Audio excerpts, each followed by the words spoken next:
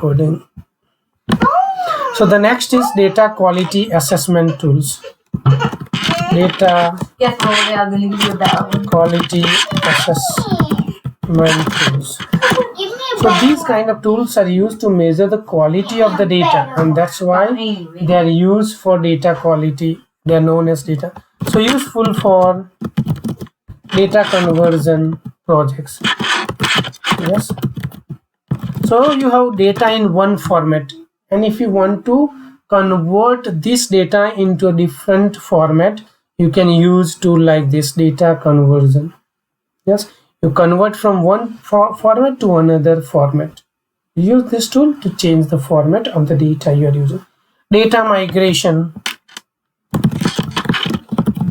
You want to migrate the data from one platform to another platform.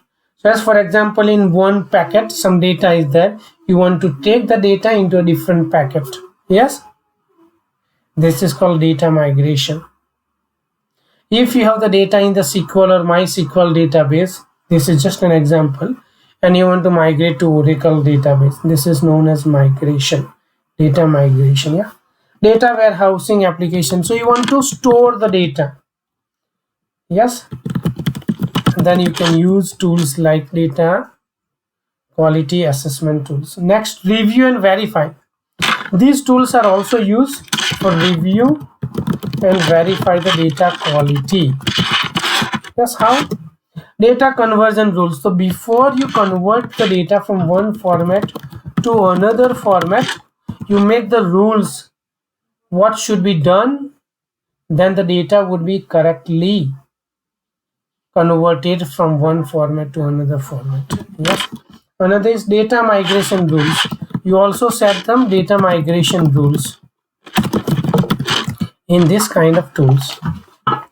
Next one is ensure process data, and what it does, we ensure the data are correct. Yes,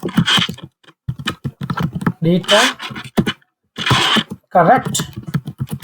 When you convert data from one format to another format, it might have n number of issues. Yes, they might get corrupted, so you need to verify. You use this tool to verify the data is intact, they are correct, they are not deformed, they have not missed anything.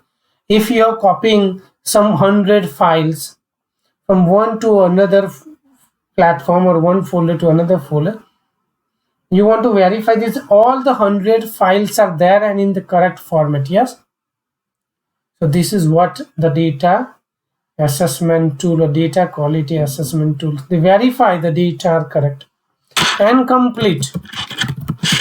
So whatever you have migrated from one place to another place, or when you converted from one place to one type to another type, they are complete. Everything, all the things are there, 100% things are there. Yeah? Complies to predefined rules, and it verifies all the predefined rules are compliant. Any question?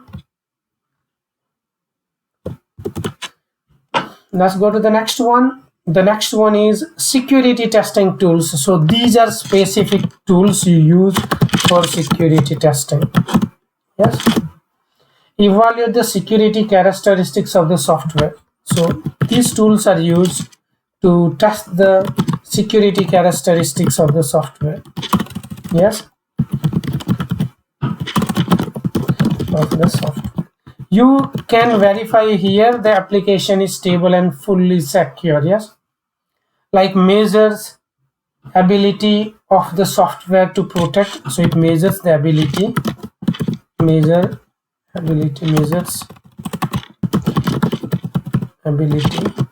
of the software to protect itself from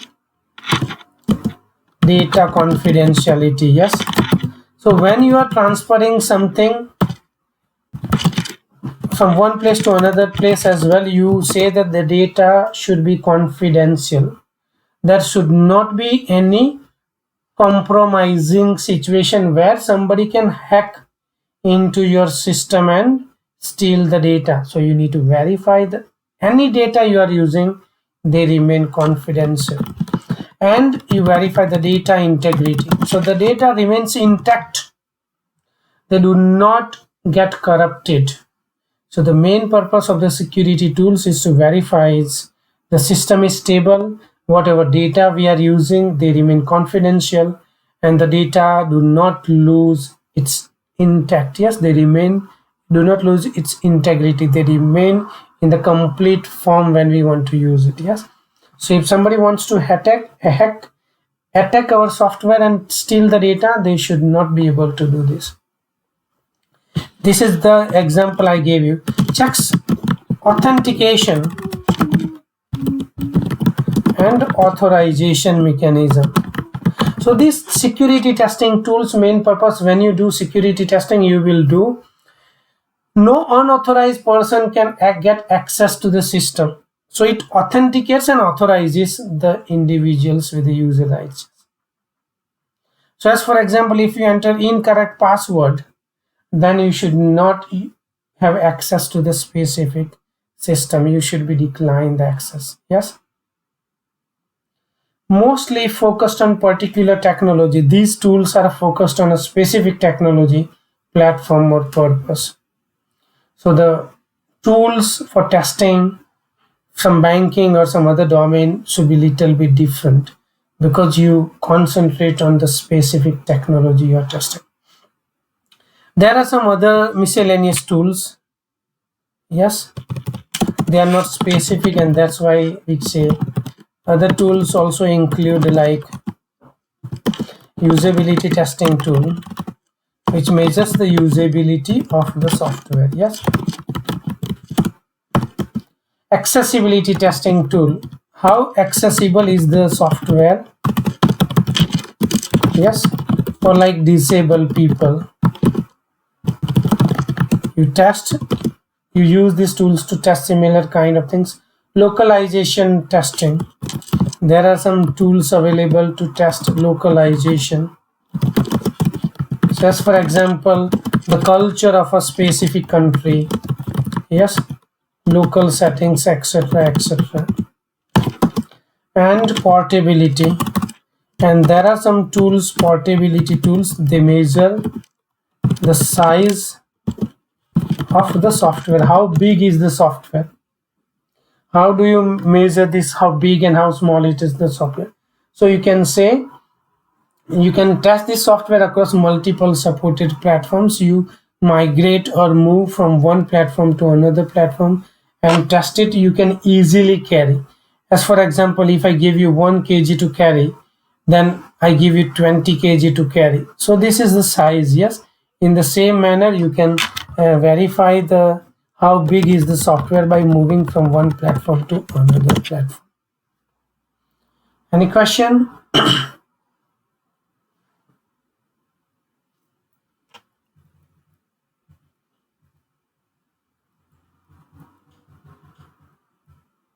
Are you there? Any question? Okay, so overall, how many tools and what types of tools we discuss? Okay.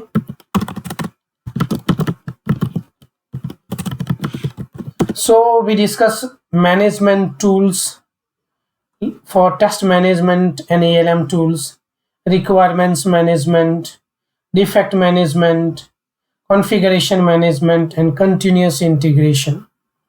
We have also discussed test design tools like test design for test design, test data preparation tools, model-based testing tools, ATDD and BDD tools, and test-driven development tools. We have also discussed test execution tools and logging for test execution, test harness or unit test preparation, coverage measurement tools, etc. For performance and monitoring, we have discussed dynamic analysis tools, performance testing tools, monitoring tools, etc. For static testing, we have discussed tools for review, so they are known as review tools, and static analysis tools. And we have also discussed some specialized testing needs tools like for security testing, data quality assessment tools, usability, portability, accessibility, and localization testing. Overall, we have discussed these kind of tools. Yes, let's discuss. We have discussed all types of tools, so now we have to verify, or we need to know, can everybody use these tools? No. So these tools are specific. Yes, tools are specific for usage based on what you use. So some tools are for developers only. Okay, some tools are for developers. Testers, they won't use, or they might not be likely to use them. So one, static analysis tools. The static analysis tools is used to analyze the code. Yes, so it is used for developers. Testers won't be using it. Test harness.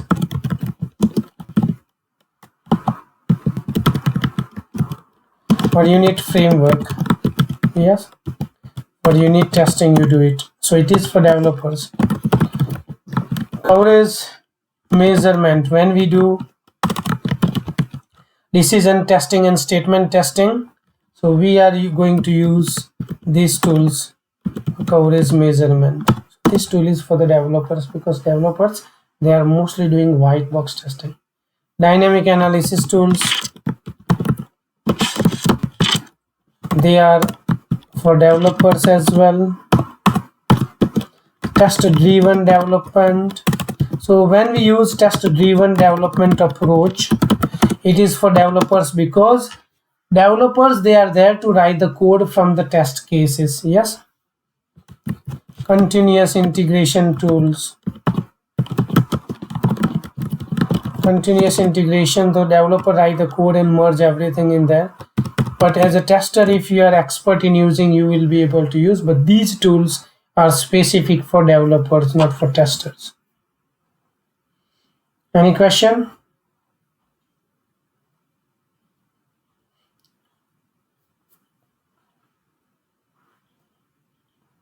They can use, but there is no point. The actions, these tools support specific actions. Yes, and as a tester, you will not be doing any kind of things. You will not do white box testing as a tester. You will not do static analysis. You will not do unit testing. Yes, and this is the reasons why these tools are specific for developers. Any other question? Rest of the tools, they are for testers. Okay, and let's potential benefits of tool support. So when we use these tools, what benefits do we get? Okay,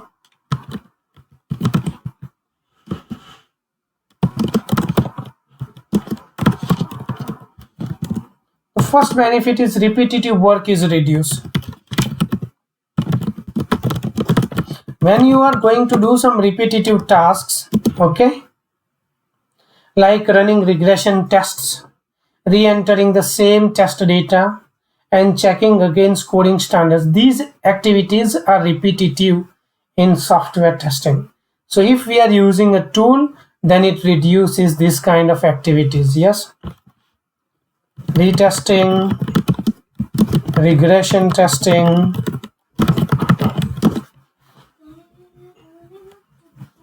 entering same test data,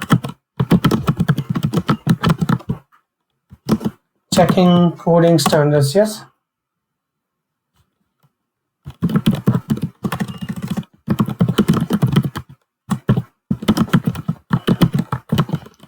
so it reduces your workload when you use this kind of tools, because you are not going to use manual repetitive activities. And when you do manual repetitive activities, it is boring. Yes, it is monotonous. These activities are monotonous, and because of that, you are more likely to make mistakes. And if you make more mistakes, the software we deliver won't be a quality software. Next is greater consistency and repeatability. Greater consistency and repeatability. So when you repeat your work, As I said, this is a monotonous task, so there will be more likely to make mistakes. Yes, so when we use tools, we will have consistency when we repeat these activities, and these tools will do exactly the same thing without any errors or without many mistakes. Yes, so this can be used for tests executed by a tool and tests derived from requirements. They have more consistency than you, even though you are preparing the same thing. As for example, simple thing, if I say 1 2 3 4 write 10 times, yeah, then you first time it would be good handwriting, second time you lose interest, then you know that what would happen to the handwriting. Yes, this is just a simple example to understand. So we lose interest. When we lose interest, we make more mistakes. That's why it is better to use tools, and if a tool is doing, it will do exactly the same thing, same way, millions of times without any doubt. Next is objective assessment tools. Objective assessment. Okay, the one of the benefits is objective assessment. So when you are doing some measurement like static testing and some coverage measurement, it becomes easier, and it identifies these objectives, it measures it accurately. As for example, how many test cases are there, how many test cases, how many requirements are there, how many test cases are there, how many requirements are for how many test cases, how many requirements are covered, how many requirements are missed. If you have thousands of requirements, it becomes so complicated. Yes, and you have at least one, not one, thousands of test cases. So if you use these tools, you can just click on one button and it gives you the report. So this is good for the coverage measurement, and it helps you. That is known objective assessment. Next is ease of access to information about testing. Ease of access to information about testing. Yes, so whenever you are doing some testing activities, somebody wants some reports, the test progress reports, defect rates, performance, it would become very complicated if you don't have a tool. If you have a tool, you can just click on the report button or graphs and it will display all this information accurately. Yes, how many test cases are there? You lose counting after some time when you have multiple test cases. Yes, million, hundreds of thousands of test cases. How many defects are there? How many defects are reopened? How many defects are fixed? Yes, how much everything is there in the tool, then it becomes very easy. Any question?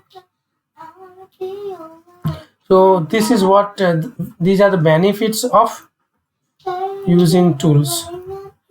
We want to carry on or stop? Okay, that's why I asked. Okay.